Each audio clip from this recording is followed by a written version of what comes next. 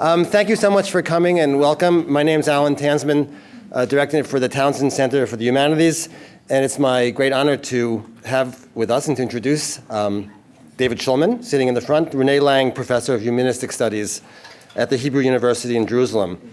David will be presenting this year's Avanali lecture. In a moment, I'll introduce to you my colleague Lawrence Cohen, who will do the honors of telling you about David and his work. For now, let me just mention that David is with us for 4 weeks, teaching a seminar on South Asian models of the mind, which is oversubscribed. And he's also here for a symposium on the imagination tomorrow, very much inspired by his book, More Than Real. There are flyers for this symposium on the table outside. It's from 9 to 4:30, but you can come at 10 in the Townsend Center.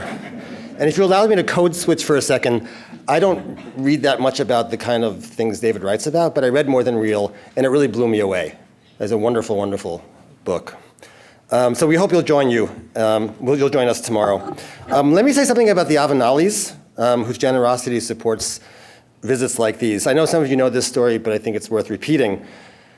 Peter Avanali was a young man during the Great Depression.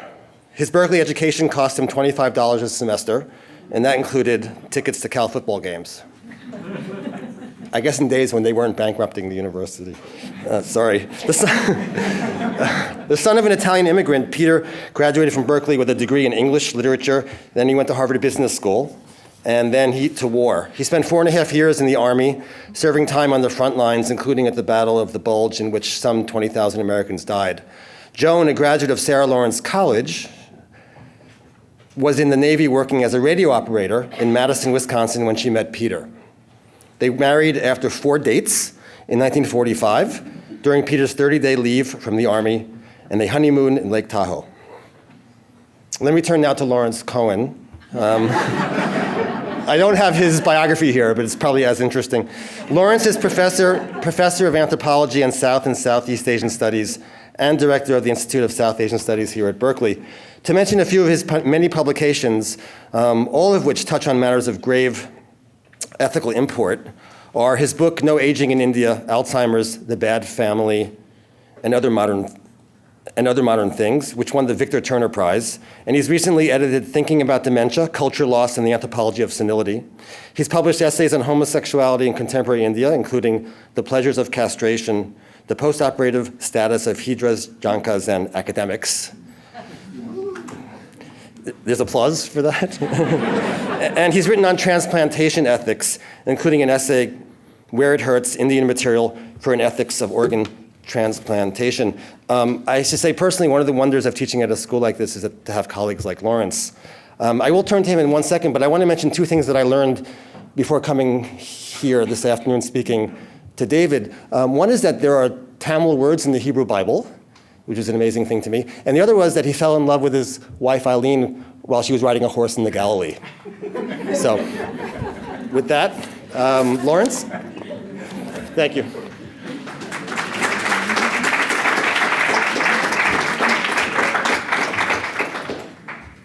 It was not 4 dates before I fell in love with David Shulman, and there was not a horse. It is a delight on behalf of the Townsend Center and the Avanali Lectureship to welcome Professor Shulman to Berkeley. And I'll try to be brief because his talk is about an hour. And Professor Shulman is the Renee Lang Professor of Humanistic Studies at the Hebrew University. He received his PhD in Tamil and Sanskrit from SOAS in 1976. He studied Telugu at the University of Wisconsin. He is a polymath, and it is difficult to characterize his immense and influential intellectual production. He engages poetics in many languages as a critic, as a historian, as a translator, and as a poet himself. At stake across many books and articles are a range of philosophically precise and resonant questions, such as poetry's relation to grammar, its relation to the deity, its relation to the imagination, as you'll be hearing about in the book that Alan mentioned, and the possibility of a grammar of silence. One might mention his 2001 book, The Wisdom of Poets, Studies in Tamil, Telugu, and Sanskrit, or his influential 2002 anthology, Classical Telugu Poetry, the latter one of several collaborations with Velshru Narayan Rao.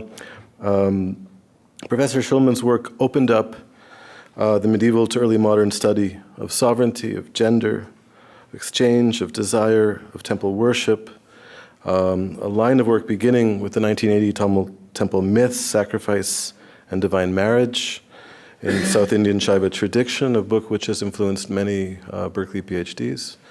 The 1985, The King and the Clown in South Indian Myth and Poetry.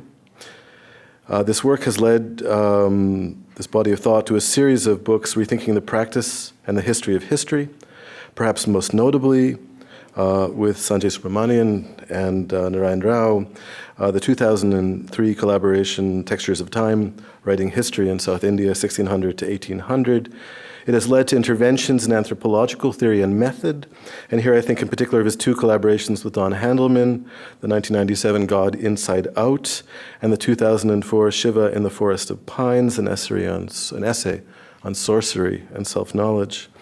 And it has led to works that utilize the personal voice, including his recent study in the form of memoir, Spring Heat Rains, a South Indian Diary. Spring Heat Rains is in some ways a sequel to what perhaps is his most poignant and troubling study in the form of memoir. This is the 2007 book Dark Hope, Working for Peace in Israel and Palestine, and it is both a witness to, in his words, how, quote, violent sociopathic elements have found a haven within Israel, complete with ideological legitimation within the settlement enterprise to terrorize, unquote. And it is an ethnography of a whole range of characters who populate such a world, including myself. It is a chronicle, most importantly, of a form of collaborative work for some years between Palestinians and Israelis, an organization called Tayush, of the possibility and the limit of this work. There have been many responses to this body of work, many prizes, including the MacArthur and many others, very notable. There have been challenges, there have been threats. He's led a very difficult path. The old curse, of course, is that may we live in interesting times, and these are interesting times in Israel and India right now, across universities in Delhi and elsewhere, and in this country as we face new challenges to the possibility of governance and our own relationship to constitution. Shulman's work has wrestled again and again with what is a form of writing and a form of thought in relationship to interesting times. And today, in that context, he's going to speak to us about dust.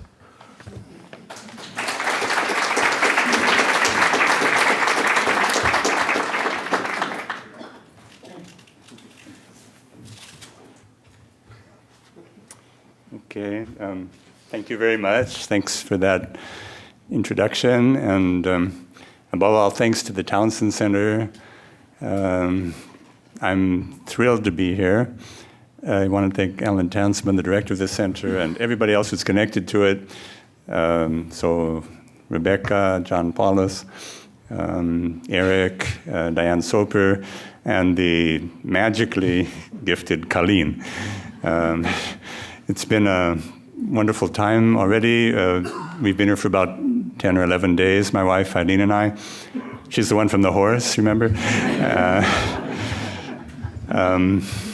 We're getting into the Californian mode of life, which seems to us very gentle and inviting and seductive and attractive. Actually, it's a kind of utopia for us. And there's only, as far as I can see, there's only one thing which might possibly be lacking, because to my taste, there's just not quite enough dust. So I want to say a couple of words of introduction to this topic, which probably seems to you somewhat odd topic. I mean, who, after all, is interested in dust? And not only that, I've called this the inner life of dust. So that suggests a kind of problem in the sense that it assumes that dust, in order to have an inner life, must apparently be some kind of what the Buddhists call a sentient being. And that raises a question, a kind of wider question, about whether in that Indian world there is anything that is not, in some sense, alive. So we do have a category that is a classical notion of what is called jadatva, What is jada? Jada means something like torpor, mental opacity, the inability to move or feel. And it's an important category for the philosophers, especially the Advaitins, or non-dualists, but also for the poeticians, since such people are deeply concerned with notions of heightened vitality, with aliveness as an existential goal. So, following Shankara or Abhinavagupta, we can definitely make a distinction between what is profoundly alive and what is jada, that is to say, inert and opaque. And we can go on from here to formulate what must be seen as a major human problem having to do with those parts of ourselves that are deadened, unable to move or know or feel, parts which are, we might even say, heavy with dust, which looks, at least at first glance, like it must belong to this jada category. A deeper look, however, in the classical sources will quickly show us that what is classed as jada can usually be brought to life, whether we are speaking of rocks or clouds or oceans or the human heart or dust. Lord Rama, God on earth, in human form, still an adolescent, happens to step on a big black rock on the outskirts of the city of Mithila. He apparently has no awareness of this important step he has taken. Suddenly, the rock turns into a woman, Ahalya, who had been petrified for long years because of her husband's curse. It is the touch of Rama's feet, or more specifically, of the dust on his bare feet, that produces this sudden transformation, which, by the way, astonishes the God boy no less than it astonishes everyone else, including Ahalya herself. So much for being opaque, dull-minded, inert. Note that it couldn't have happened without the dust. In fact, the minute we start examining the sources, we see that dust and its various analogues or multiforms are omnipresent in the literature, as indeed dust seems to be in most South Asian concrete and tangible settings. So that means dust, burnt ash, pollen, various forms of powder, earth in a wide sense, smoke, the passionate reddish stuff of reality that is called rajas, and also certain kinds of light. For light, granular or filtered through air and cloud, is seen at times as dust. By the way, dust is not usually classed as dirt. In fact, it may well be the exact opposite of dirt. Dust often washes away and purifies. The poetician Dandin tells us in a beautiful verse of hospitality, someone is speaking to a guest, and he says, "These alone are homes that a person like you makes worthy with the dust of your feet." And then a few verses later he says, "From today on, our house, washed clean of stain, kilbisha, by the dust of your feet, has become a temple of the gods." And we have a Tamil poet, Namarvar, from the 8th century, writes in a very beautiful verse to the god Tirumal. This is a verse that is Vishnu. This is a verse in the voice of a young woman yearning for her lover. She says, "Tirumal, the harsh, cruel son of Nanda Gopala, inflicts such agony that I can't move, not even turn on my side. Quickly bring me the dust from his footsteps. Smear it on me. Prevent my life from fleeing." That's in the beautiful translation of Archana Venkateshan. So dust can wash and purify, and similarly the god Krishna, this same god Vishnu Tirumal, proudly wears the purifying dust raised by calves' hooves at the magical cow dust hour, the Godhuli Lagna, when the herd comes home to the village. If you look closely, you may see the dust. This is a Pahari painting from the early 19th century. We could go on like this. Let me just say, I hope to formulate inductively some thematic and analytical patterns that can tell us more about a conceptual domain that is at once richly developed in the expressive and philosophical texts, and yet largely unstudied. Indeed, perhaps resistant to explicit articulation. As far as I know, so far, no one has attempted to make sense of a South Asian sense of dust. I am happy to mention, however, a new book by Michael Marder, which came to my attention just last week, Philosophical Meditation on Dust, in a kind of very general and universal sense, a very beautiful book. So it turns out I'm not the only person in the world who's interested in dust. There's also an older book by Caroline Steedman that some of you may know. So I thought I should tell you how I first became interested in dust. I was living in a village. It's a village called Golala Mamidada in the Godavari Delta, Andhra Pradesh. Beautiful village. I was there because of a particular Telugu book, the Vasu Charitramu of Bhattu Murti. It's a wonderful, I think the finest book in Telugu perhaps. I was reading this book at the rate of 4 or 5 exquisite verses a day with a friend of mine. His name is Kari Ramachandra Reddy. So Reddy Garu, he tended to turn up in the evening after his work day, and he would read with me a few verses, and all of the next day was free. And so I had time to read these verses over and over and try to learn them by heart, try to memorize them, go for long walks in the village and the paddy fields, and also to pay attention to various things and to notice things that I might not otherwise have had the time or mental space to take in. So here I'm going to read you a short note from my diary. This is from February 21st, 2010. So this is just me. This is not a classical text. This is just me. This is what I wrote. Dust bubbles, eddies, clears, a liquid and pervasive presence. No spot is free of it. Dust is reality, the stuff of feeling and perception. It plays and teases. It has moods. I think it takes up more than half the village space. If you look closely, you see a range of browns and grays shading off into a dubious red. There is, to begin with, the water-stained or beetle-stained or urine-stained dust, a deeper, cooler brown than the rest. There is the paler, slightly golden residue of cow dung mixed with ordinary street dust in geometric patterns of great complexity, elongated rebuses, truncated stars.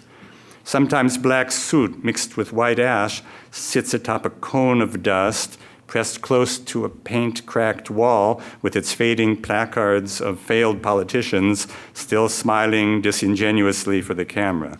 Dust to dust. Outside a house, dust envelops the charred residue of burnt refuse and shattered coconut shells. Beside it, the intricate white threshold designs, rangoli or mugulu, made of rice powder, temporarily, but only temporarily, distinct from the underlying dust. Close to the sewage drains, invariably clogged and festering, the dust merges seamlessly into the reddish earth. Hardy clumps of dusty grass poke through the surface of the soil here and there. Red is the foundational color of Andhra dust, buried not far below the visible gray-brown surface and somehow capable of radiating a dull rubescence through the upper layers. Dust must be the primary figure in southern India for the coincidence of surface and depth.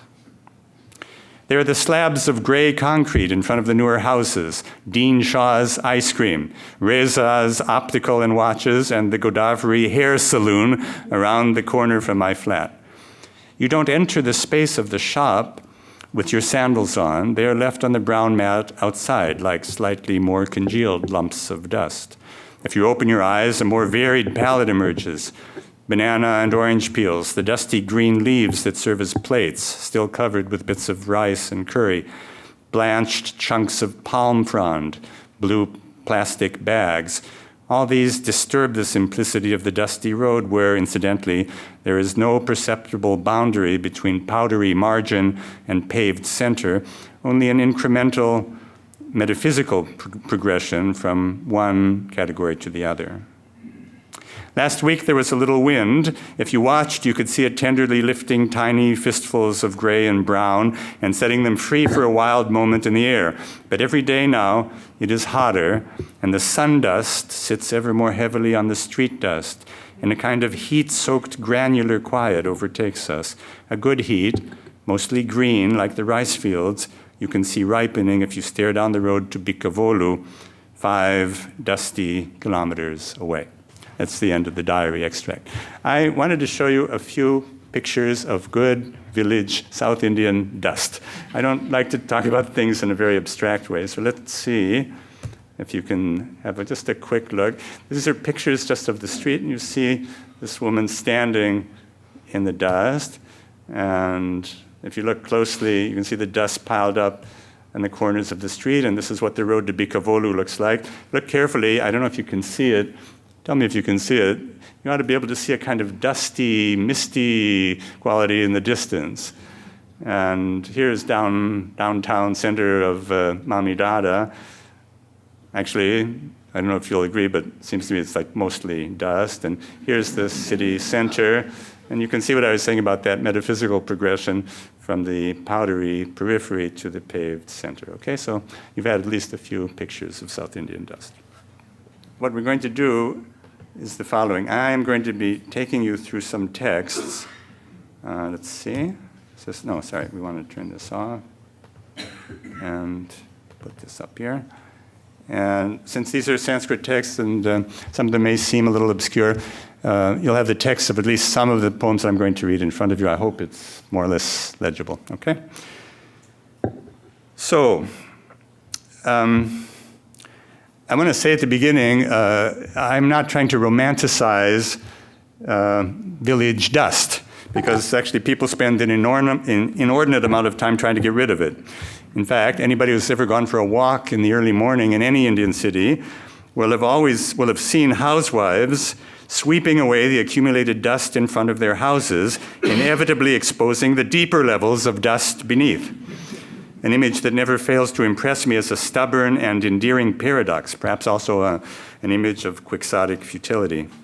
I used to wash away the dust in my own flat in Rajamundry several times a day, and always within minutes a new layer would miraculously materialize, as I could see at a glance by looking at the soles of my feet. So here is one initial and fundamental quality of Indian dust. It regenerates constantly, effortlessly, and prodigiously, second by second. In short, it seems to be alive. So here's the first text. We have a 7th century Sanskrit poet, Bana, who may also have thought the dust was alive because the very first verse of his prose masterpiece, the Kadambari, begins with the word rajas, meaning, guess what? So here's the verse. The Sanskrit is there for those of you who know Sanskrit. It's an invocation to the god Shiva. I bow to the unborn God who, rich in rajas, gives birth to the universe, who as pure being maintains it, and who as darkness reabsorbs all that lives. Rich in rajas. The late Gwendolyn Lane, who did a beautiful translation of this work, she translated this phrase, restless in the production of beings. And restless is good for rajas, the reddish stuff of passion and of generative female seed. So you may be wondering what this cosmogonic rajas has to do with the powdery dust of Mamidada. Possibly the ancient word, which is well known already in the Veda, has expanded its meaning far beyond anything as mundane as the dust of the street. Rajas is a domain in the Vedic cosmos. In fact, we have 2 celestial firmaments, Rajas Uttamam and Rajas Uparam, one higher than the next. And they are the heavenly worlds more generally, which are referred to in the plural as Rajansi, and they're associated with mists and vapors and spray and clouds. On the other hand, rajas trivially does mean plain old dust, or pollen, or the sun motes that are called go-rajas, later trasarenu, as we'll see in a moment. In short, we may have to make room for the notion that dust is the very stuff of creation, or that as such, dust has a metaphysical role to play in ancient India. Not perhaps so exotic an idea after all. So rajas, as many people know very well in this room, rajas is one of the 3 ropes or strands, gunas, that intertwine to constitute our reality according to the classical philosophical schools of Sankhya and Yoga. As a world-creating guna, it is regularly associated with passion. So when the Buddha's brother Nanda, a very reluctant convert to Buddhism, the family religion, finally reports to his teacher that after an intense inner struggle, he has been able to see the Buddha's teaching and make it his own, the Buddha says to him, "This kind of reasoning was obviously blocked in you by the dust of passion, rajas, just as the light of the sun is obscured by a strong gust of dust, rajasa chandavatena, in Linda Colville's translation. So, erotic desire, turns out, is a dusty force. And however creative it might be, as in the verse we just saw, it is also apparently likely to hide the truth, to block perception, and baffle cognition. Maybe because creating the world demands exactly this act of laying down an illusion. A transparent world is no world at all. It's easy for us to accept this set of meanings. We know what dust storms are like. Countless passages in our sources call up this image of the blinding and bewildering dust storm, often in the context of marching armies, as we will see. In Tamil, dust has a natural tendency to rise, to fill space, thereby clouding one's vision. But believe it or not, even dust storms may have a powerful erotic charge.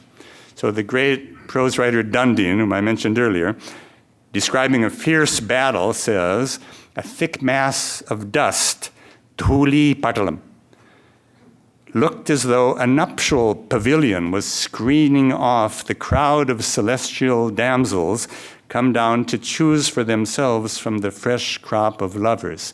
See, if you're a hero killed in battle, then these celestial women will come down to embrace you. That's one of the big advantages of dying in battle. You get to marry, or at least make love to, these ravishing courtesans of the god. Even our reluctant monk Nanda, Buddha's brother, remember, still yearning for his wife Sundari, is susceptible to the sexual potency of dust, or of its analog, powdery pollen. Receiving from the mango trees a rain of tiny flowers like saffron powder, pitakakshoda, he thought of his wife and gave a heavy sigh. This is in Ashvaghosha's Soundarananda. Women, says the Buddhist teacher, naturally stir up the dust of passion. Thus, we can begin to think about creative or life-giving dust on a grand, indeed cosmic scale, as well as on a more private and individually focused level. In any case, there seems to be a dependable link to vitality, to an intensity of aliveness in the world as a whole, and in people touched, even lightly and gently brushed by dust, which, as we go along, seems more and more like something alive in itself, endowed with several essential good traits, such as taste and color. I'll come back to this. We don't have time to go into too many examples, but I want to give you at least a little taste of the kinds of things that people say about dust in the classical sources. So let's begin with the two great lovers, two famous lovers, Nala and Damayanti. This is in a famous poem called the Naishadhiya Charita by Sri Harsha, 12th century Sanskrit text. They're lying in bed after their nuptial night, and dawn arrives. So Damayanti, she's still a little dizzy from all this novel experience. She says to her bridegroom, "Look out the window. Can you see the rays of morning sunlight spinning and whirling like the atoms of dust that comprise them?" Maybe, she says, the blacksmith has decided to put the sun back on his lathe for further surgery, and these are the sparks flying off. So I have to explain this image. It's a rather important one, and very beloved of the Sanskrit poets of this period. So the story is that the sun god, he was married to a woman called Sangnya, which means something like the sign.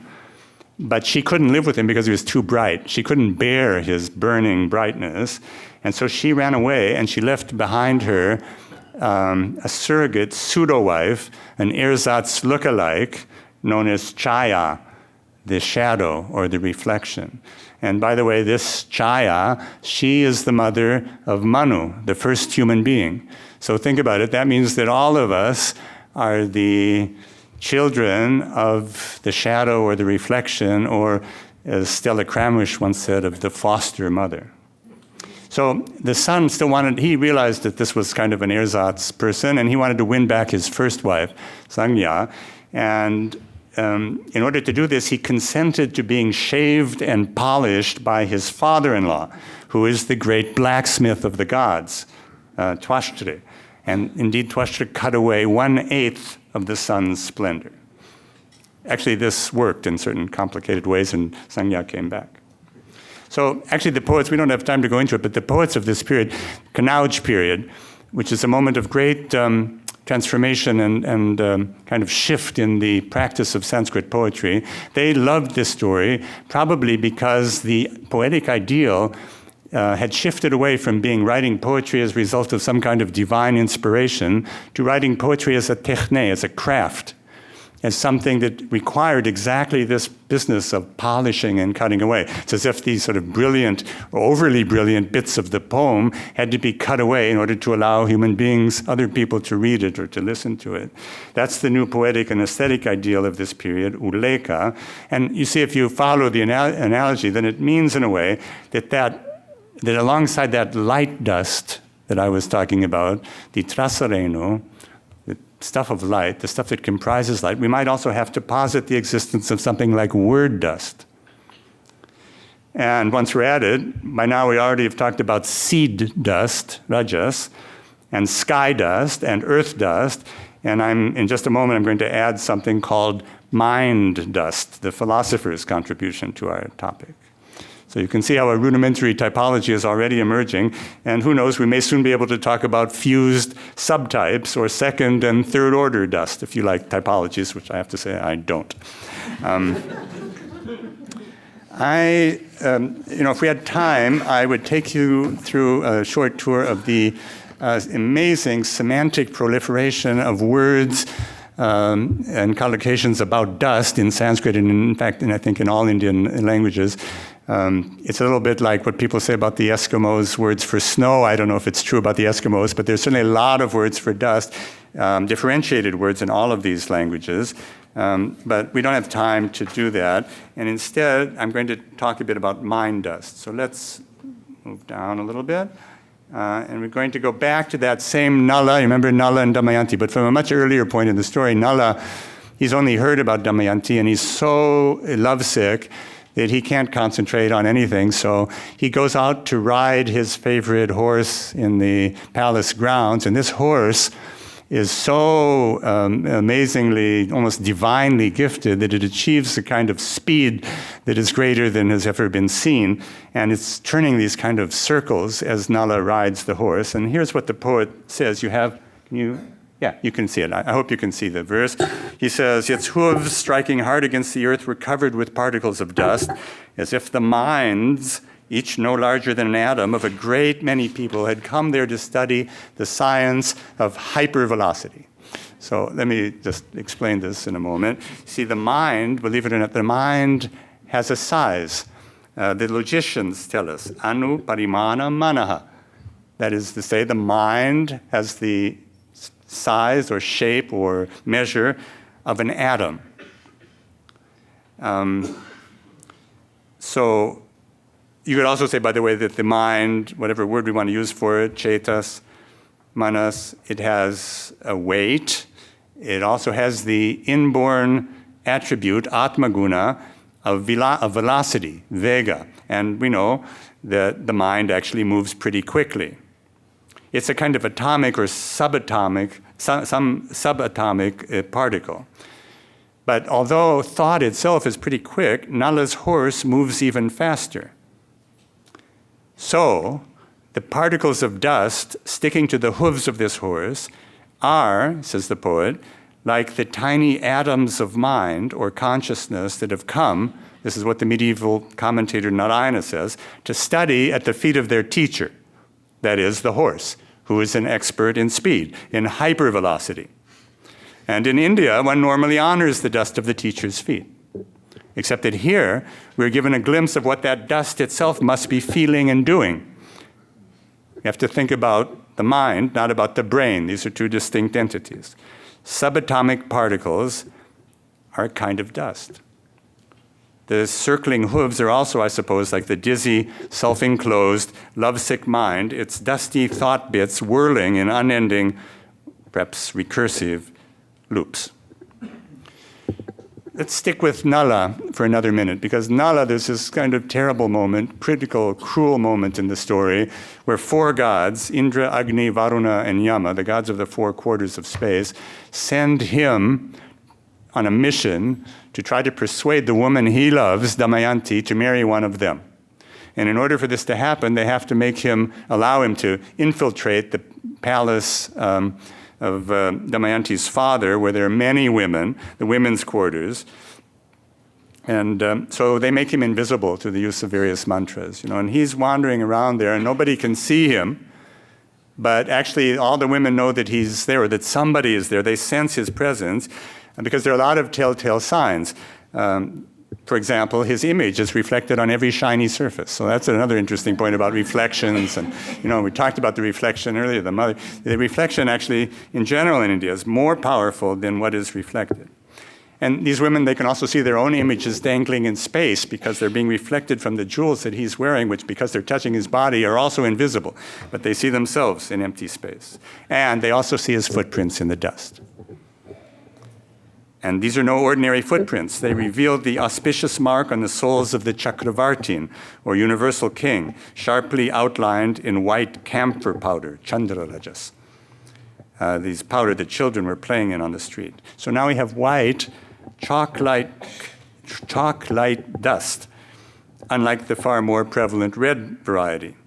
One girl, whom the invisible Nala had lightly brushed against, still feeling the thrill of his touch, falls to the ground and embraces his footprint imprinted in the dust as she pleads with him, "Be kind, come back." And these are not the only telltale dust prints in Indian literature. In fact, there are lots of them, almost everywhere we look. Sita, walking into the wilderness with her husband Rama and her brother-in-law Lakshmana, has put her bare feet down on dusty paths marked by the footprints of she-wolves. Vrikavadhu padanka pansaupati. That's from the Ascharya Chudamani of Kulashekara Varman. There are no other paths in the wilderness. Dust clings to her sari blouse, which Rama gently suggests that she take off once they reach a secluded grove. And there it is, that erotic charge again.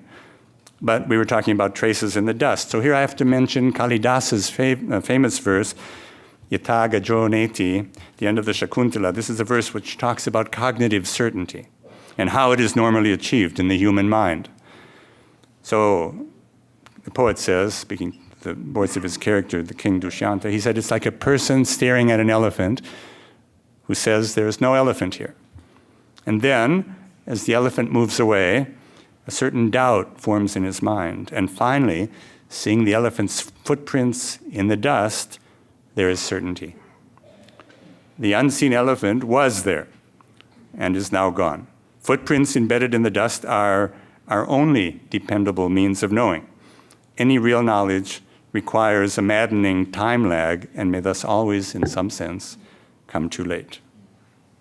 You know what? You don't even need the footprints. The dust alone might be enough. So here's a story from the Kerala Kudiyatam theatrical tradition, last surviving tradition of Sanskrit theater. So there's a play called the Angulyankam, in which Hanuman, the monkey hero, friend of Rama, is a major figure. And there's a point where Hanuman has to hear his own story told to him, his life story. It's the only way that his immense power can be activated. He has to know who he is. So this story is told to him by somebody called Jambavan, that is a kind of monkey, bear or monkey. You can make your choice. It's a chronological thing here. Anyway, the story is that Hanuman, he wanted to study grammar. Like everybody else in India, you have to begin with grammar. So he wanted to, and not just any grammar, he wanted to study the grammar called Indra Vyakaranam, the grammar of Indra, which was lost. So he went to the only person who still knew this ancient grammar of the Sanskrit language, and that was the sun. And the sun agreed to teach him, but only if he could learn it all in the course of a single day. So there was a book. The student, Hanuman, the monkey, is holding this book. The sun is driving his chariot from east to west. In the course of this entire day, Hanuman, the student, the ardent student, he's walking backwards in front of the chariot, holding the book in his hand, and learning the sutras by heart, and he succeeds in learning the grammar. So then he wants to do what a good student does in India. He wants to give his teacher a gift, Guru Dakshina. So he asks the sun, who has taught him this grammar, what he would like as a gift.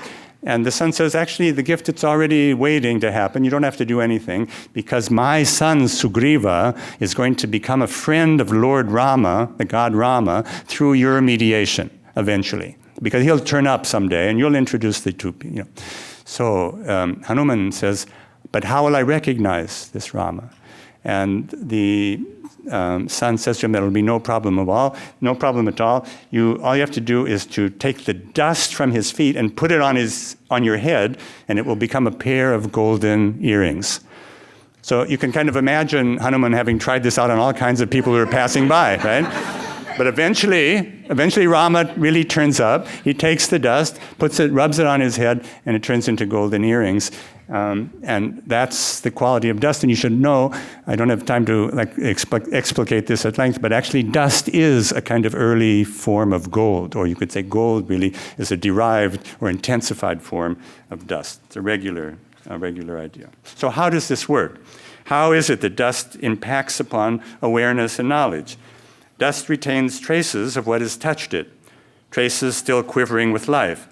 Like the light rays loaded with dust that issue from the eye, dust wraps itself around the contours of perceptible objects. Indeed, dust is what makes them perceptible and thus efficacious.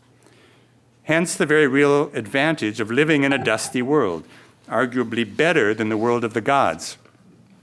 Sometimes we're told, for example, once again in Sri Harsha's Nala story, the Naishadhya, we're told that dust doesn't stick to the feet of the gods. And similarly, gods cast no shadow.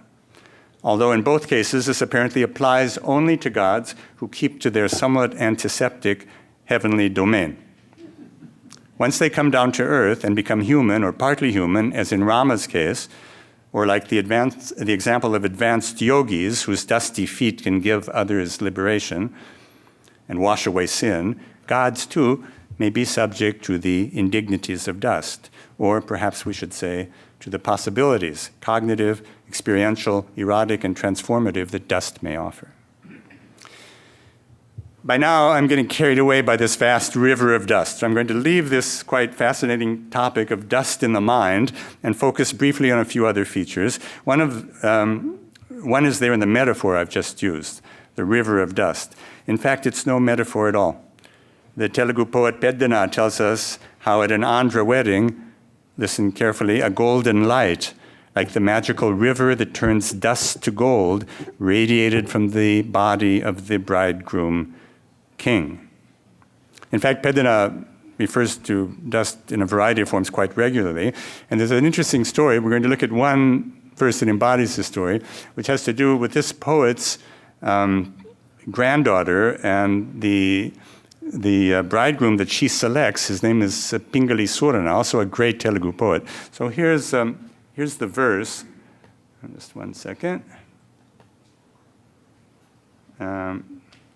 This is from a text called the Raghava Pandaviya by Pingali Surana.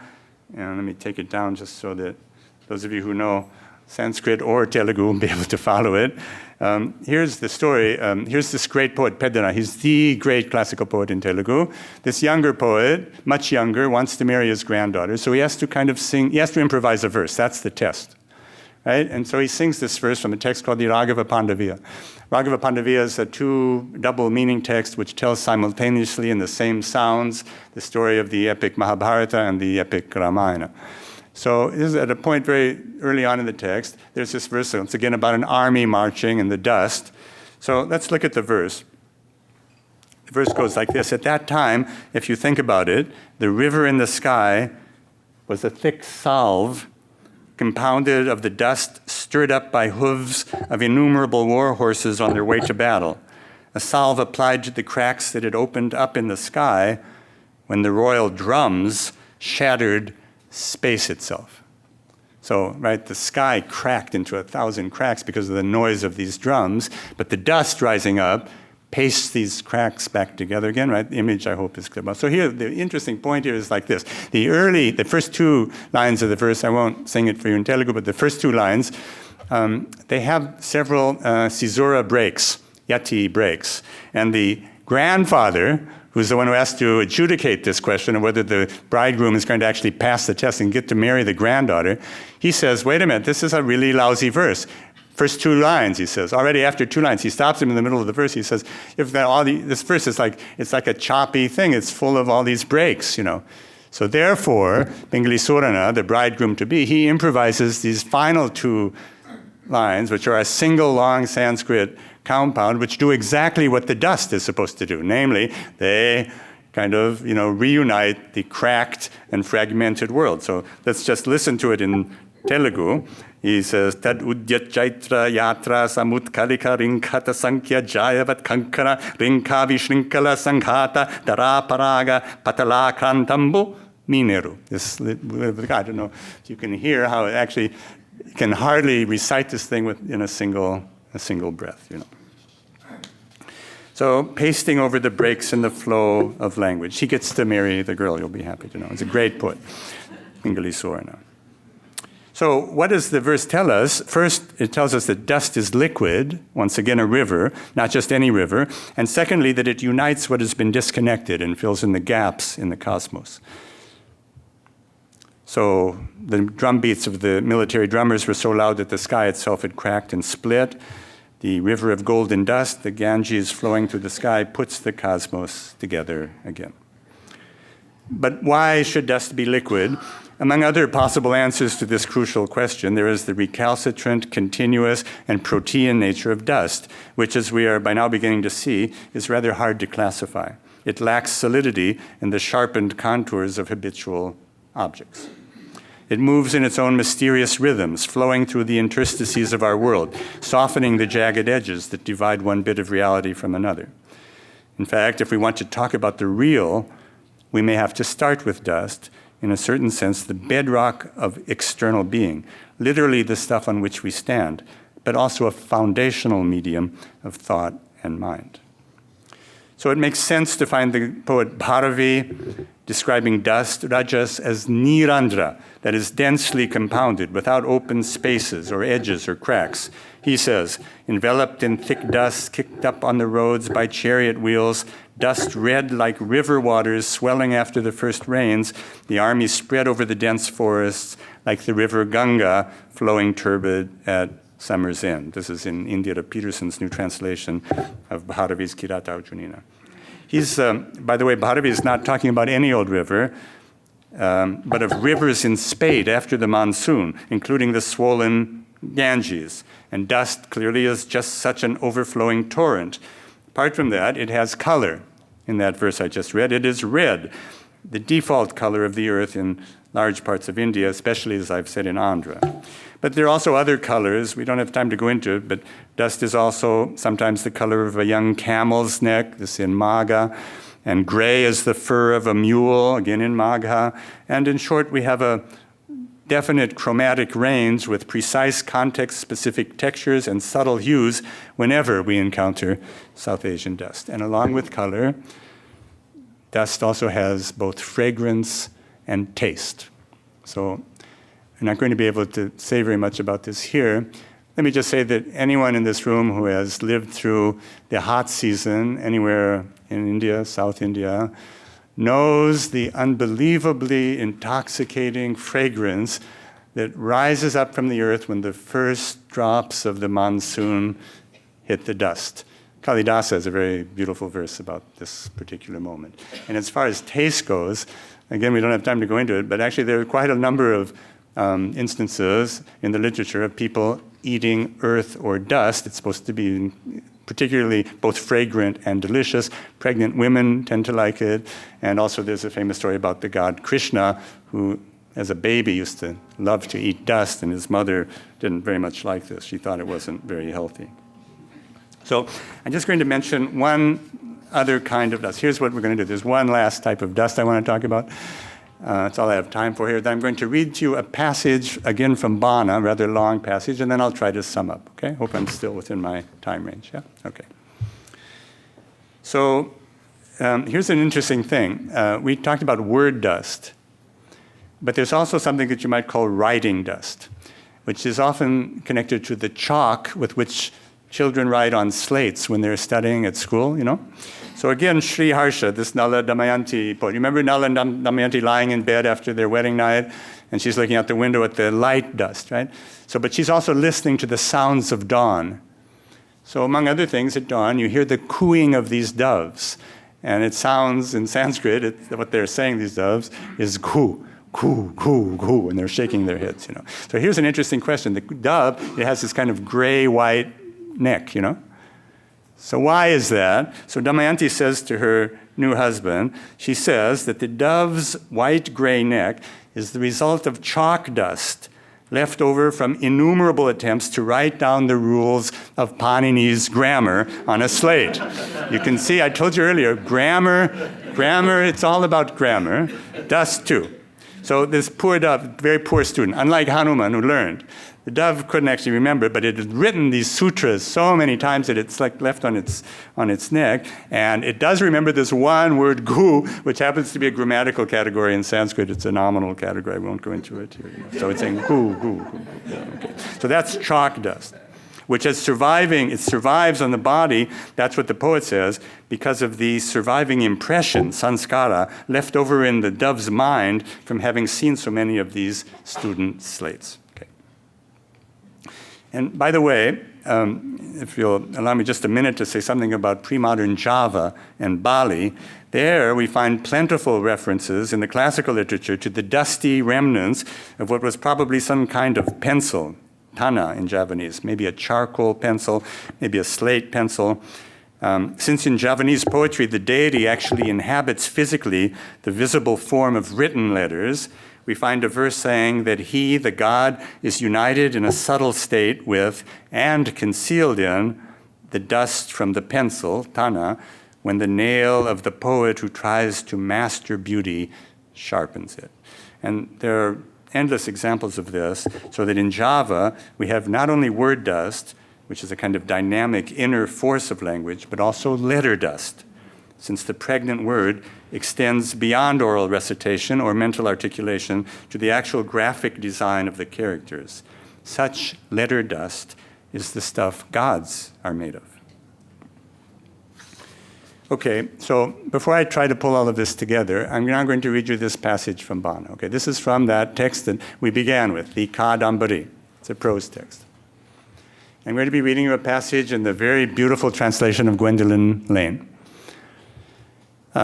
It'll take a good 5 minutes or 6 minutes to read this passage, and I do not have it on the screen because I actually thought it would be much better for you to kind of listen to it coming at you orally in whatever kind of floating awareness you might be able to enter, which is, I think, a good state for listening to a lecture anyway, So I just want you to kind of give yourself to this passage. It's a couple of pages, okay? And once again, it's about a marching army. So listen carefully, or listen however you're going to hear it. I'll come back and pick up a few of the phrases afterwards, okay? Just listen.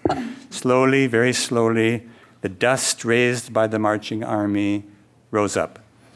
Because the earth itself is full of color, in some places the dust was smoky, a mix of red and purple, like the belly of an old fish.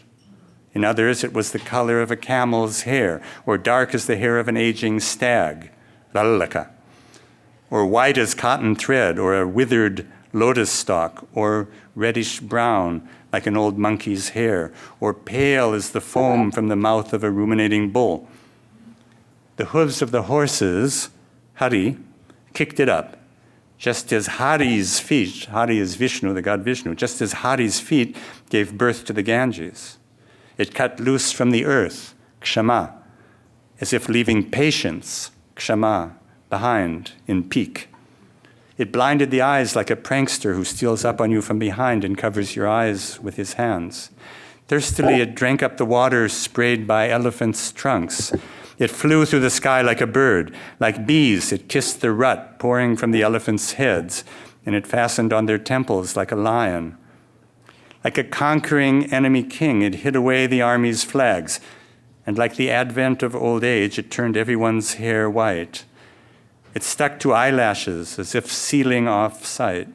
It settled on the viscous drops of honey hidden in the flowers women wore as earrings, as if to smell their fragrance, and it nestled deep inside the conch shells, fixed as ornaments on the ears of maddened elephants, as if it were afraid of being thrashed by those immense ears. Many kings were wearing finely crafted crocodile-shaped jewels on their crowns, their mouths curved upward as if drinking it in. Horses seemed to be worshiping it with blossoms of foam spit from their mouths as they shook their heads. White chalk and other pigments used to paint designs on elephants' heads swirled into it, and a thick film of powder from the mass of waving yak-tail fans embraced it tightly. It gained strength and confidence from the pollen scattered from stamens of flowers worn by the thousands on the crowns of princes and kings. And like Rahu, the monster of eclipses, it quite suddenly gobbled up the sun. It filtered into the yellow powder on the bracelets princes were wearing to ensure a good start to their expedition. By now, a fine brown, gray-like sandalwood dust, it was thickening and swelling and spreading as the measureless army advanced, and little by little it grew dense as the black doomsday clouds, arriving unforeseen to engulf everything, leaving no residue. It passed through the entire cosmos in its three domains, heaven, earth, and the netherworld, coagulating and solidifying, assuming forms such as a blessed flag announcing victory over all the world, or a dense mist that wipes out whole generations of enemies that have sprung up everywhere like lotuses, or the sweet powder that the goddess of kings loves to sprinkle on her body, or a mass of ice and snow that withers at the root the great white lotus your rival has made into his parasol, or the viscous darkness that has overcome the earth and rendered her unconscious, tormented as she is by the weight of this vast army, or the dark red-orange flowers of the Kadamba unfolding in that marching military monsoon, or a herd of stampeding elephants trampling the lotus-like rays of the sun, or the raging flood that drowns both heaven and earth at the end of time, or a delicate veil hiding the face of the goddess of all three worlds. It was speckled like the hair of the first wild boar, impenetrable like the smoke that rises in waves from the doomsday fires. It seemed to be pouring up from the netherworld, to be stirred up by each and every foot, to be issuing from all eyes, to be generated out of space itself, to be falling from the sky, to be playing with the wind, to be emerging out of the sun's very rays. It was like falling asleep without awareness, without losing awareness. It was like falling asleep without losing awareness. It was like blinding blackness that meant no disrespect for the sun. It was like a cool mud hut where one might take shelter in the hot season, though the hot season had not yet arrived. Or nightfall on a moonless night before the stars have risen. Or a waterless monsoon. Or like the netherworld, thick with snakes. And it kept getting taller and wider, like Vishnu's foot when he strode to the end of space. White tinged with yellow, like foam rising from the ocean of milk, the dust advanced upon the sky, which now looked like a bed of blue nymphaea flowers suddenly drenched with fresh water. The sun, enveloped by great dust, lost all its luster, like a yak-tail fan hidden behind an elephant's ear. Normally white as linen, bright as the banana plant, the heavenly Ganges grew turbid, and earth herself once again rose up to heaven as dust, to beg to have the heavy burden of the king's army removed. Having stained the banners on the sun's chariot brown, the dust, burning inside from having swallowed up the fierce heat of the sun, took refuge in the ocean. In a single moment, the earth seemed to have entered into the depths of a womb, or into the ocean that absorbs the cosmos when time is over, into the maw of death, or into the gaping mouth of time itself, or into the belly of Lord Narayana, or into the heart of the egg-shaped cosmos. Day became soil, space became clay, and the surface of the sky ripened into dust. All of reality became one great and single element.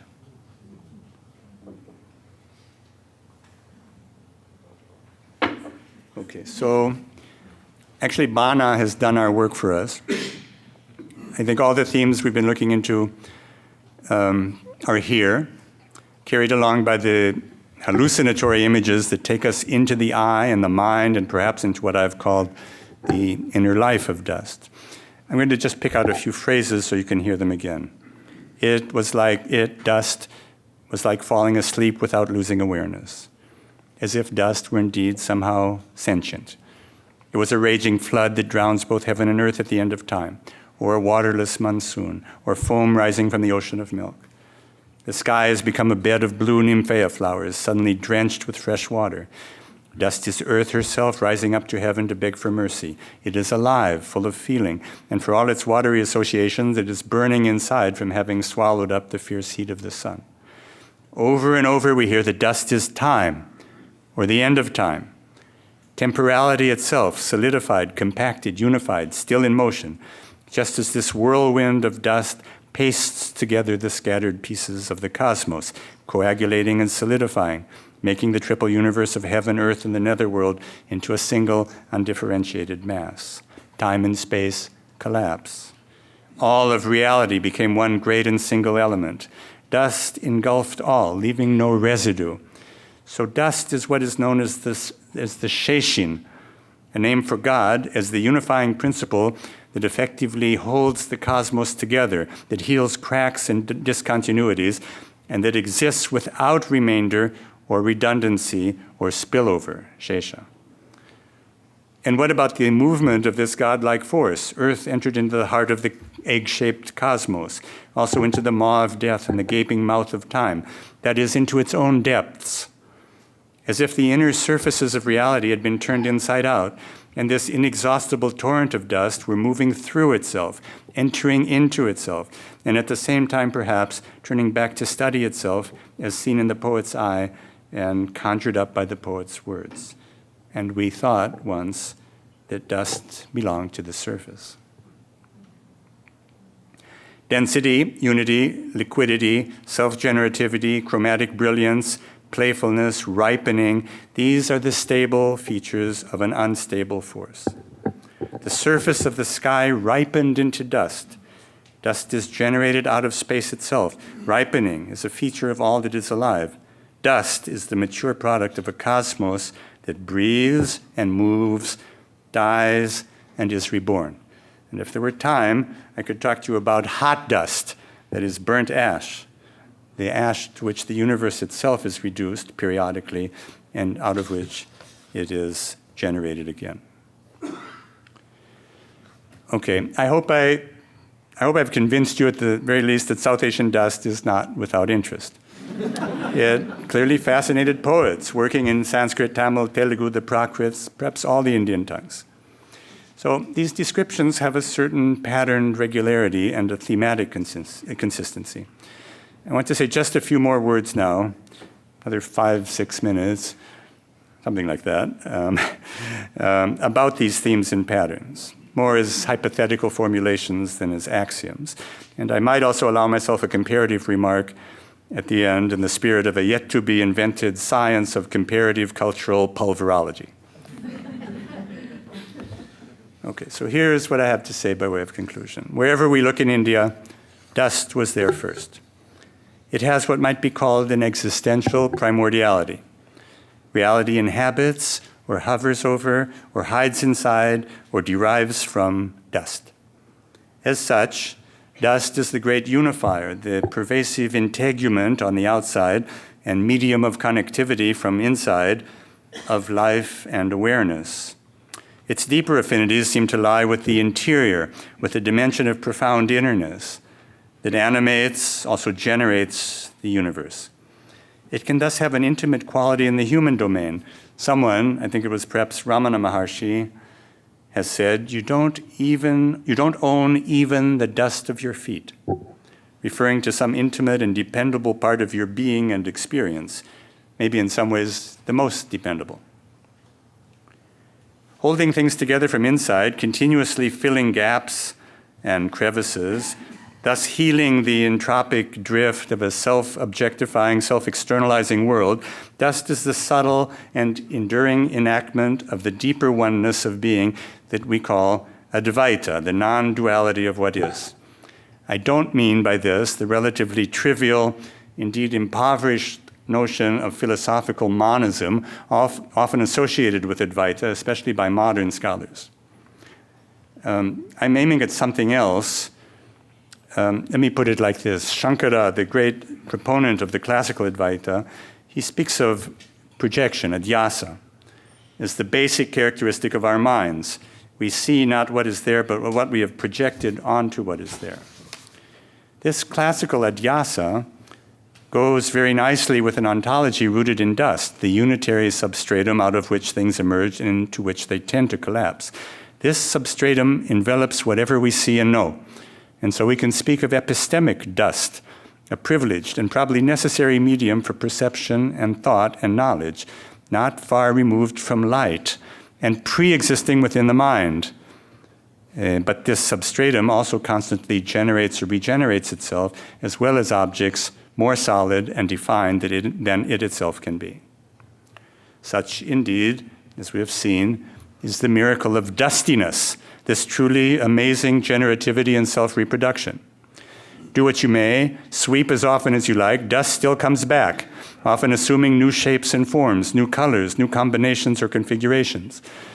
It is creative, playful, oddly porous, something lacking sharp contours and true solidity, something to be imagined somewhere on a continuum between liquid and solid, having features of both these categories without belonging fully to either of them. In some sense, as I said at the beginning, dust may be resistant to categorization or definition per se. However, as I also said at the start, dust is the great figure or trope throughout South Asia of the radical coincidence of surface and depth. What is on the surface, visible only there, is also what lurks deep inside. A world held together from the dusty inside is a world without edges. Go to any seeming edge, and what you find will be more dust. To put the matter a little more sharply, surface dust is perhaps only a slightly more fluid form of the condensed dustiness of, say, stones or trees that may extrude upon a visible surface from some less visible space. We will always find differential densities, velocities, trajectories of movement within these various dust-filled or dust-like modes of being. Sand, for example, is slower and denser than powder, ash, or everyday dust. The principle of fluid dustiness, always in motion, helps us to understand the internal cohesion of a habitable cosmos. In India, not God or gods are what hold things together, but this wider, indeed ever-present principle, which no doubt also holds the gods themselves together in both their tangible and intangible forms, the former including the muddy palpability of clay or wood or stone. Differential velocities of dust-informed phenomena may also appear to us as varying temporalities, time itself being another variant of the movement or rhythm of dust in one or another of its primary modes. We will thus be able to define the jagged, irregular rhythms of personal experience and memory, never an even Newtonian progression, as well as those temporalities that flow as rapidly as dust blown by the wind, or as slowly as the molasses-like or mud-like working of perception and discursive understanding. Stone, by the way, comprises a paradoxical rhythm. On the one hand, simultaneous movement in all directions. On the other hand, the deceptive heaviness of the seemingly inert, as my colleague in Jerusalem, Don Handelman, has explained. Implicit in this emerging set of perspectives is a sense of dust as something, although it is not a thing, something that is vital enough to be endowed with a unique form of awareness, a sentient modality without discrete objects distinct from itself, as in the classical Advaita description of godly consciousness, Chaitanya. As such, dust may be seen in these cultures both as a creative instrument of seeing or knowing, and as the inchoate stuff that constitutes what we see and know. I've spoken of mind dust as if thought itself were a substantial set of shifting configurations made up of or embodied in dust-like particles, infinitesimal subatomic impulses that have weight and motion and extension. It's a little disconcerting, I know, to think of thought as dust swirling through the mind. What, we may now ask ourselves again, does the notion of sentient being really mean in India? This was our point of departure. Is there anything that is truly lacking in sentience? Perhaps the lack of awareness of the jada object, torpid and blank to itself, expresses the dormant state or the much slower velocity and temporality of congealed, dense dust not yet quickened into being. Sentience then would be a matter of becoming, perhaps of accelerating, at least in part, into more rapid and more watery rhythms that tend to flow back through one another, offering reflective insight. Hence the familiar sense of incongruity that haunts all awareness. Differential densities will naturally generate contrasting or conflictual perspectives. Take this as a possible definition of consciousness itself. In any case, it's possible that there is something true and therefore therapeutic in dustiness as a human business or principle and as a basic feature of being ajada, not torpid, sleepy, numb, or opaque to ourselves. Suppose we were to set it beside a Kantian world of only partially knowable but definitely real objects. So I want to tell you that once, late on a winter night in Berlin, after several glasses of wine, I had a longish conversation with a great expert on Kant. And thinking that this was an opportunity unlikely to offer itself again, I gathered myself up and asked him, what defines an object? For Kant, of course. And he said in German, probably the only language for such discussions, that an object ideally has crisp contours and rests alone in space, unimpinged upon by any other object. No room, you'll notice, for dust. In fact, monotheistic dust, so to speak, seems in general to lack positive qualities. The Jewish funeral rites speak sadly and starkly about dust to dust. Nizami, the great 12th century Persian poet, says in his Treasury of Secrets, the Makhzan al-Asrar, he who lived on this earth became dust. What does the dust know of whom in this dust? Every rose is the cheek of a noble. Every step treads on the head of a prince. We can find similar thoughts in the Urdu ghazals. Somewhere on the long walk from south to North India, dust lost its power to know.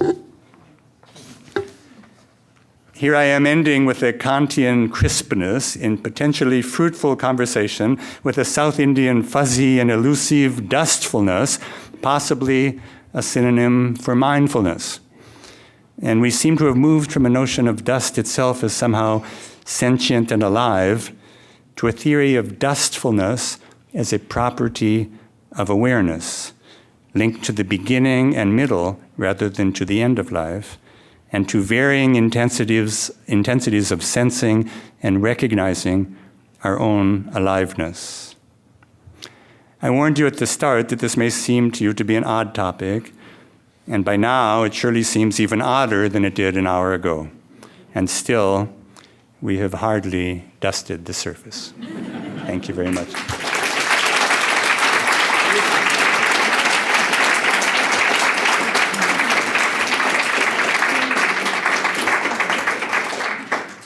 Thank you. Would you like to take some questions? I'd be happy if there are questions. Bob Goldman, yeah, please. Yeah. Fantastic, wonderful presentation and talk. If I may add one particle to your dust cloud, let me add one particle. Is that, I wonder if you've thought also about the powerful metaphorical and bipolarity nature of dust as both polluting and purifying, so that the dust of your feet is also the pollen of a flower, which is your foot. There's one thing. And one example of that, I don't know if you've seen, there's a very interesting episode in the Uttarakhand of the Ramayana where the girl, Araja, the dustless, the sexless, the non-menstruating girl is raped, right? Right. And her father finds her Rajasa abhiplutam, covered with rajas, reddish. Right. Is it dust? Is it sin? Is it blood? And the curse then for that is that her rapist is cursed to be destroyed and his whole kingdom by, you say it, a vast dust storm. Amazing, Marvelous yeah. stuff. It's a beautiful Thank you so example. much. Thank you very much. Yeah, beautiful example. Yeah. Please. Yeah, please. I don't know your name, please. I have what may be, I hate to keep playing with the dust metaphors, but I have a particulate question about the particular nature of dust, Yeah. which is, I think that this was such a beautiful meditation on dust as gathering and the accumulation and the dissemination of dust. Yeah. But I'm wondering about the individual particle of dust, and particularly in the corporeal form, the ways in which we think about dust as that which leaves the human body, the plant body, the mineral body, the animal body, and gathers together into something else. So I'm just wondering about how dust comes to be a unified, perhaps, thing, even as it gathers as excess excrement left over from all of these other ununified forms. You know, it's hard for me to think, thank you for that, hard for me to think of a verse or text story about a particular particle of dust, but I'm sure that now that you've said it, if I go back and read a little bit, I imagine something will turn up. I think the notion of gathering, though, is certainly important. I mean, you have to assume, I would want to assume that dust is a kind of unitary medium to begin with, right? So then you would have differential intensities and densities, right, as I tried to say at the end. And that would perhaps be a key to understanding this notion of gathering, which is also, by the way, linked to the notion of dispersal, because dust is going to, we all know that there's this notion of the dispersal of the dust.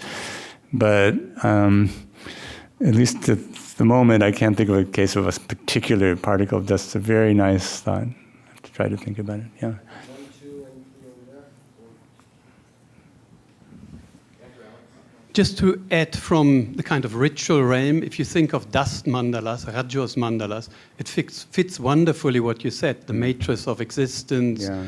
where the individual and the gods unite, microcosm and macrocosm come together, where you've got pure consciousness and so on. Right. So listening to you, I was always puzzled why the mandalas have to be made of dust. But listening to you, I start to understand. So thank you very much. Thank you very much, yeah.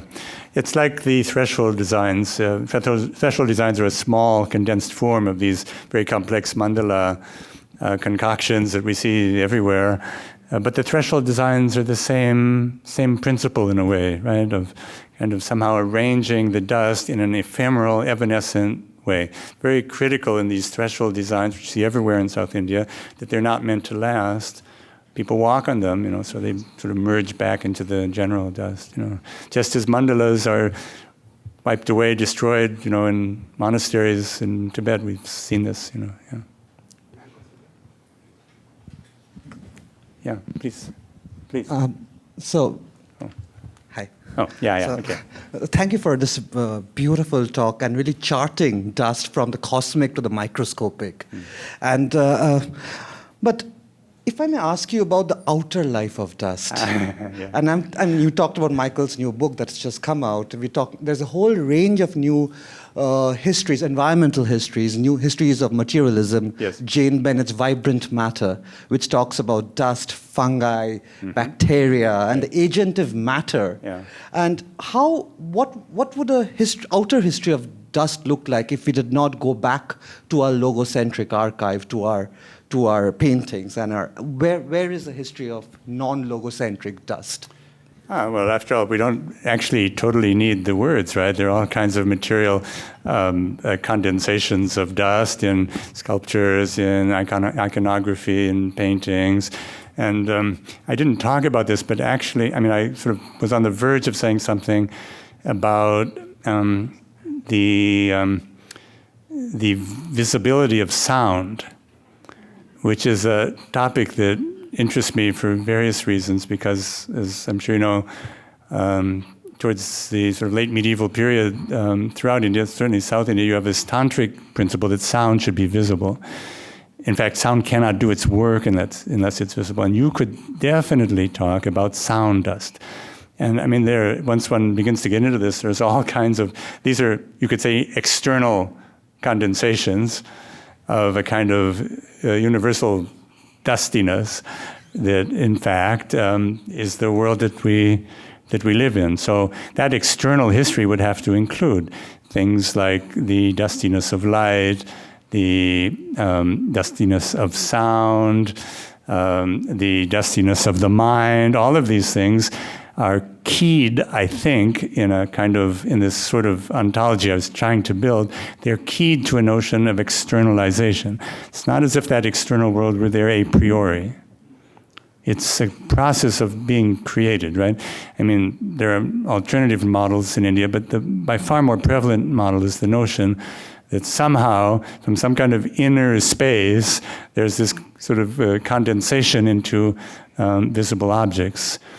For example, in the game of dice, which is the way Shiva spends his time, right? That is a game about objectification, self-externalization. So I would say, of course, we could write external history of dust. Good idea. I've myself thought that it would be worth, trying to explore, maybe write a book about objects, material objects in the period that I know something about, 16th, 17th century South India. And I know people who are doing those kinds of things in other cultures. Wei Yi Li at Harvard is interested in exactly this kind of question. So, I've been contemplating perhaps at some point trying to write something about the life of objects at this time, but at the moment I'm not yet there, Yeah. I don't need the microphone.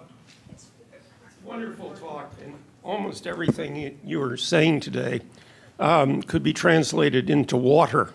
In other words, the literatures that are coming out now on water by historians, philosophers, art historians, and so on follow many of these themes. And it would be very interesting, actually, for this center or some other center to line you up with these watery experts, the dusty experts, the watery experts. And I think a lot of it would be very revealing to do this kind of comparison. So that's very, very nicely said. I might just say in response that when we were working in Tirupati, Don Handelman and I, some years ago, we were very interested in rocks because the goddess is manifest in these rocks. And as I said in the talk, these rocks are very kind of full of life and movement, kind of simultaneous movement in all directions, but they've solidified. And by the end of our work there, after we'd gone through this festival of Gangama over 2 or 3 seasons in the hot season, we had seen how the rockiness of this goddess is ritually transformed as the kind of inherent teleology of the ritual into water. And what happens is, at the end of the hot season, this rocky being, the goddess, rains. She comes down as rain. In fact, if you do the ritual right, then supposedly at the very end of it, at the last moment before dawn, after 8 or 9 days of this tremendous ritual activity, it's been hot and dusty and dry. If you do it right, then the first rain falls. And whether you'll believe me or not, I don't know, but actually I twice saw it happen at exactly the right moment, So yeah, rock, if you think of rockiness as a kind of particularly condensed form of dustiness, then the relationship to this continuous thing that we call water is indeed very clear. Just a question from the Western tradition. Is dust maternal, bisexual, non-sexual? The thing of matter has come up in the discussion. Yes. Matter, materies, matter. Is there any... Or is it so polymorphous that it defies anything like it? So there are words, some of the words in Sanskrit are feminine gender and masculine gender. Most of them in Sanskrit feminine, Thuli, Renu. So I don't know, you can't build a whole kind of, anthropology out of that, but it is of some interest. I would have to think a little bit more about the question of the gendered nature or potential of dust, I don't really know, but I refrained from an analogy which you will appreciate to Lucretius, and also one of my favorite authors, and you could see how there would be links to that kind of world. Whether dust is eternal or not, that's an interesting question. I mean, it's eternal in the sense that it's continually reborn, even if the world itself is kind of absorbed back into some potential stage, which is what happens from time to time. And dust itself has that quality of the potential state, the sort of the tiniest unit of existence. Eventually, it will reemerge, and it really will reemerge in some kind of dusty form, because that dust is what holds everything that is being created together. Yeah. David, I was left uncomfortable a little bit towards the end when I saw a little trace of something which I was wondering what it was doing there, which was a kind of a South Indian exceptionalism. Oh, yeah. Right. Where you said, when it went from the south to the north, etc., etc. But after all, your examples of Sri Harsha or Bana, what were all actually converges very much in the north. Yeah, of course. Now, so actually I was wondering whether one way of thinking about this is that while your examples are from India, surely this is not necessarily about India. This is actually potentially a theory about the world. Yes. So it actually is in some sense not confined. I mean, I know for many years, having discussed the matter with you, that you have a deep allergy to the world of monotheism. Yeah, true. But even this is a theory, perhaps even about the monotheistic world. So surely it's not confined in that sense. The materials. So those who think about it perhaps don't circulate beyond a certain space, but. Right. Okay, so first of all, Sanjay, I think you were present at that midnight conversation in Berlin. I don't know if you remember it. Yeah.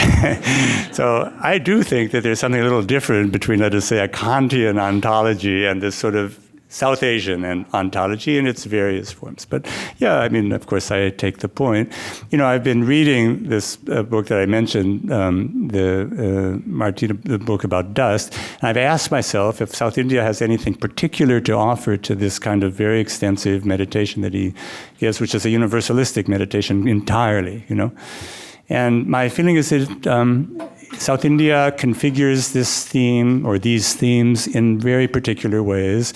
And as you know, probably better than anybody else in this room except for Eileen, I'm a kind of climactic determinist. That is, I think people think because of what the climate that they're living in kind of, tunnels them into thinking. And in that respect, the omnipresence of dust in the kinds of themes and patterns that I was talking about may indeed have a kind of specific South Indian form. See, for example, of course, by the way, I take the point about the North India thing. Yeah, all the earlier things are basically North Indian. What I was talking about was the Urdu ghazal. So, I looked around a little bit in the Urdu ghazal. So there's quite a lot about dust, but most of it is kind of monotheistic dust. Negative. They don't like it very much. Or it's a kind of poignant, sad, mournful kind of experience, right? So people were doing other things in North India at the same time that the great ghazal writers were writing. But I do think that there's something which is a little different about this sort of more prevalent South Indian notions, and I would, I've tried to give some indications of where I would look for that, what it is that is unusual there. And one of the things that does seem to be clear is that there's this highly positive valuation of dust. And although you can find things like that, of course, in the Mediterranean world, it's not so easy to find them, right? Whereas here, that positive quality, the creative quality of dust, you could say, or the passionate quality of dust, it's a bold and dominant theme, and worth, I think, perhaps, thinking about in those kinds of terms, But I take the point about South Indian exceptionalism. You're right about that, and I don't want to go too far. Yeah. Next to Sanjay, and then Lawrence, and then. David, that was lovely. Thank you so much. Following up on what you just said about climatic determinism, I'm wondering whether there wouldn't be any value at all in insisting upon the dryness of dust. You said earlier that you were interested in resisting typological reasoning, which I understand, but these moments when you speak of the liquidity of dust or these rivers seem to sit uneasily with a lot of what you describe elsewhere, which has very much to do with things that are mobile insofar as they're dry. And you know, just as an anthropologist and having spent a lot of time in South India, one thing you know, having spent time in the kinds of milieus that you describe, is that one way to quiet it down is to wet it down. Yes. And so then, if we begin to think about the prevalence of, say, the waves of the mind and images of the mind's waves, and begin to then speculate about the difference between thinking of the mind in terms of waves and thinking of the mind in terms of dust, might we ultimately, if we kind of ride that dryness a little further, arrive at almost a kind of way of conceiving of sentience and of thinking and of civilization even in the absence of water, of life in the absence of water? That seems to be the most intriguing, counterintuitive thing that comes out of what you've been presenting, the possibility of conceiving of life of value. It's almost as though this is a view from the Pale, from the desert, from the wilderness. Right. So thank you for that. Very, very good point. You know, I was just sort of playing with an overview, but of course, as soon as one begins to look closely, so we're going to have dry land dust, you know, and wetland dust. There's the dust of the Delta, and there's the dust of Telangana or of Ramnad district, you know. So, and there's no doubt in my mind that we would be able to find certain, like, highly differential characteristics, different, you might say, I don't know, theologies of dust in these different regions. But one thing that does stand out is that although dust and water are not the same thing, they seem to have a deep affinity in all of these sources, right? And you can see why that would be, because that has something to do with the continuity of being, right? Something without cracks and breaks and so on. So if you live in a very dusty place in India, there's like a lot more of these cracks. And within that kind of a sort of cosmology, dust might play a very, very necessary role. Incidentally, another thing I hesitate to say, but I'll say it anyway. You know, living in South India, sometimes one cannot help but wonder why there's so much dust. And because although naturally there's like the sort of determinants that come from the outside, we know that, climactic things indeed. But I think there's also a cultural selection at work here. And if you were to replace the citizens of Mami Dada with, let's say, Swiss or Scandinavians, I'm not sure you'd have as much dust at the end of the day as you have today. So what is that? So again, I don't want to overstate it. And I don't want to leave the impression that everybody kind of loves dust. They don't, you know.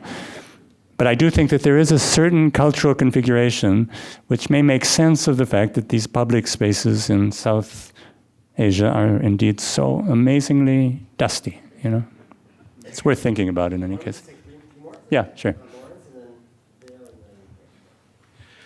So a small question, but first just a extension of Anand, because it seems, but this is given my penchant for repudiated anthropologists, that if Marriott responds to structuralism by saying that wet and dry are not a binary, but rather are precisely the architecture for flow, and that so it's impossible to speak of flow and ultimately what we're calling liquefactions without setting up dryness as central to an architecture of thought and being. But but my question is, look, I'm formed by that tragic monism.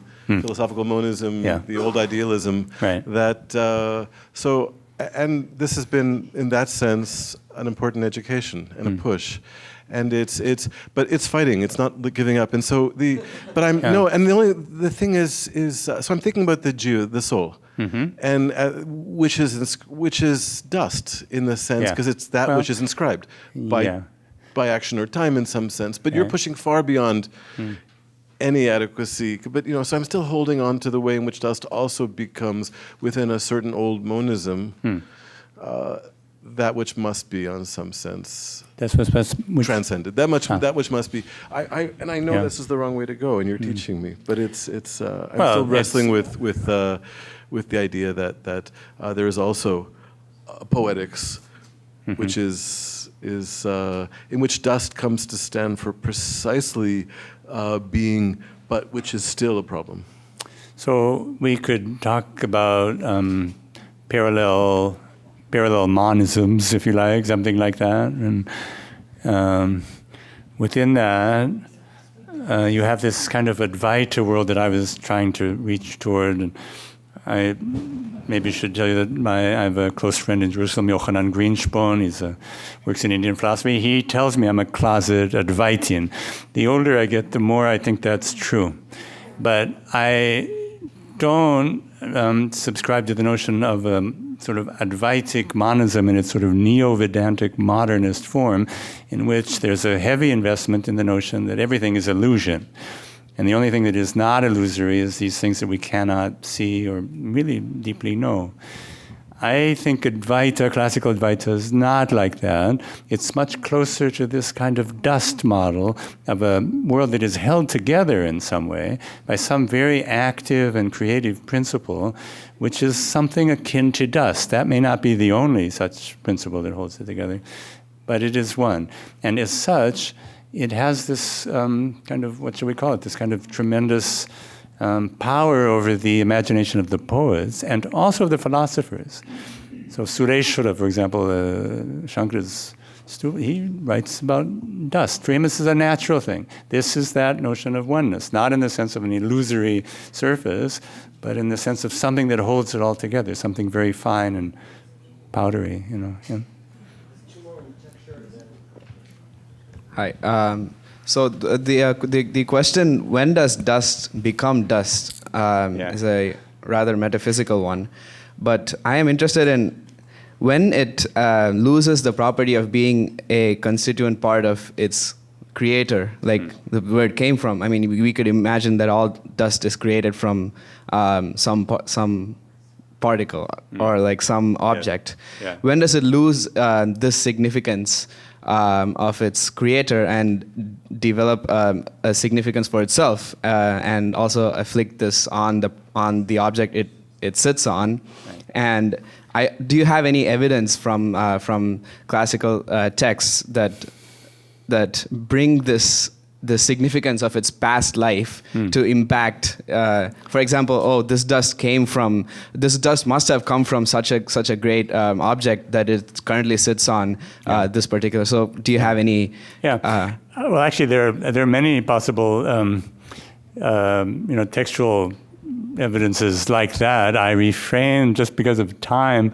I was going to read you this Telugu verse by Pedana about burnt ash, and how it sort of emerges out of a particular source, returns to that source, and then when it reemerges as the world, it requires the intervention of the snowy mountains of the Himalaya in order to crystallize and consolidate itself into something that we might call an object. But see, if you imagine, let me just, there are many ways to answer what you said. It's a very nice remark. If you imagine the world as being sort of given to these processes of self-externalization and objectification, as if there was a constant objectification. So what is it that, as it were, precedes that objectification? Well, in actual fact, there is no real point before it. There was never an initial point in which you could say that there is this one thing. That doesn't exist. Nonetheless, there are many stories and poems, texts of various kinds, also philosophical texts, that speak as if. It's very much in an as-if mode, about an initial moment. So what is that initial moment? You could look upon it in the linguistic domain. That's really, in a way, the most telling example, because at least in the mainstream classical Indian traditions, words, these objects that we call words, they're not symbolic. For us, they're like the great symbolic thing. They're not symbolic in India. They are the actual initial condensation of something which, if you let it continue its degeneration, will turn into an object, a real object, right? Words are that object. It's just that they've been stopped at a kind of early point in their evolution. And so, I was suggesting to you that this is a kind of process that you might identify as a kind of word dust, a dustiness of the word, which fits also with the dustiness of the mind. So, we're going to have a whole range of these things, and really what remains to be done initially, right now, is to begin to develop a more nuanced and differential vocabulary for the immense semantic proliferation that applies to these domains that I've been mentioning. I hope perhaps, to try to do some of that. A lot of these topics have already been covered, but I wanted to ask a question having to do with the external life of dust, the history of dust, and also climactic determinism. So you said that rocks are condensations of dust, but most of the time dust and sand come from rocks, right? They've been eroded. And so I was wondering to what degree that is understood or how much of awareness of that appears in the literature. And so I don't see dust as, or you coming from the perspective of the desert, but from the perspective of the village, from places in which the land has been degraded by human use, and so therefore dust being associated with culture. So is there a way that there's a nature-culture spectrum that's also involved with this, just parallel to sentience, insentience, with dust representing humanity and human places? Right. And if so, is there a nostalgia for sort of untilled land, for places where there is no dust because it's a verdant forest? Yeah, absolutely, except that the verdant forest is itself a kind of condensation of dust, right? But yes, you could say that if you wanted to, you could retell or rewrite the history of Indian civilization from the very beginning, from the Veda, in terms of these two things, what is called, the village, grama, and the forest, the wilderness, aranya. This is the basic polarity of the ancient text. And there's an enormous nostalgia for the wilderness. And the wilderness is the place, in fact, where things that really matter take place. That's where there's kind of potentiality for new things, for liberation, for freedom, for wholeness, for movement, from getting beyond the constriction of all of these forms. That's a very powerful notion. So although it may not be this opposition may not be defined classically in the early literature as degrading rocks into dust, which I think one might find, actually, but I can't think at the moment of an example. Although it's not couched in these terms, there's no doubt that opposition that you mentioned is surely there. But you have to remember, though, that at least if you follow the sort of line of reasoning that I was trying to suggest here, that the wilderness, too, is in a way a kind of green living dust, right? Something like that. Thank you so much, David. Thank you.